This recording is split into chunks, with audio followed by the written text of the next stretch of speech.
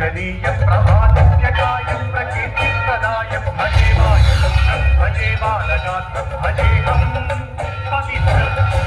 అది రామాయణ మహాయుద్ధం భీకరంగా సాగుతున్న తరుణం.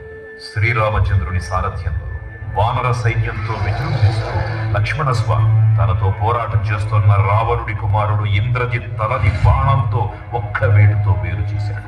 ఇంద్రజిత్ మరణ వార్త విన్న రావణుడు ఆవేశంతో ఊగిపోయాడు. ప్రతీకారం కోసం పాతాళ లోకాధిపతి తన సోదరుడు అయినటువంటి మహిరావణుడి సహకారం కోరాడు.